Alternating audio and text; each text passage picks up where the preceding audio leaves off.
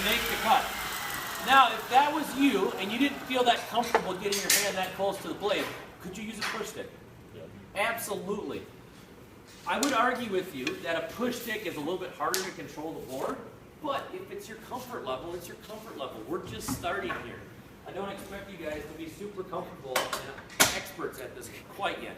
Next week, yes, but this week, no. Now, this guard is a good guard. It's nice and sturdy, but one thing that people will do is they'll lock this thing up here just like that, and then the guard is doing nothing. The one thing I like a lot about this guard is that it's got some dust collection in it. Right now, the dust collection is plugged. I told you this yesterday, but that dust collector looks huge, but it's not near half the size even of what this shop should have. So these dust chutes are often getting clogged because there's not enough suction to get it out of here. That's why it was spitting sawdust out. So today after school, I'll get a shot back in there and I'll suck it out. Hopefully it'll work a little bit better for us. We want to have the back side of this can be touching the table. The front side can be up just a little bit. Not. Sometimes I'll come and it's sitting like that. That doesn't do us a whole lot of good either. So this should be up just a little bit in the front and touching in the back. It should be free to move up and down. So I'm going to cut this one at 2 inches now.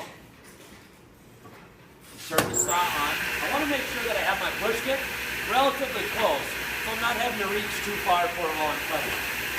So it starts out just the same. Hand underneath the board, left hand pushing into the fence. And when I get to about here, I grab the push stick. And I push it all the way through. It's not a super difficult machine. People try to make it more complicated than it really is. Notice I'm not going in there to grab that board until I look and see that the blade is stopped, and then I can grab it. Also notice that I push this board all the way through. I don't let it stop right here. I want to get it all the way through the fence. All right. Notice that there's a little bit of a burn here. I'll show you what machine we use to get that out eventually, but for right now it's not that big of a deal to have that there.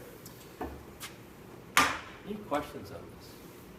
That was a ton of info. Let's have you guys wander back to your desks. I'm going to show you what a kickback looks like.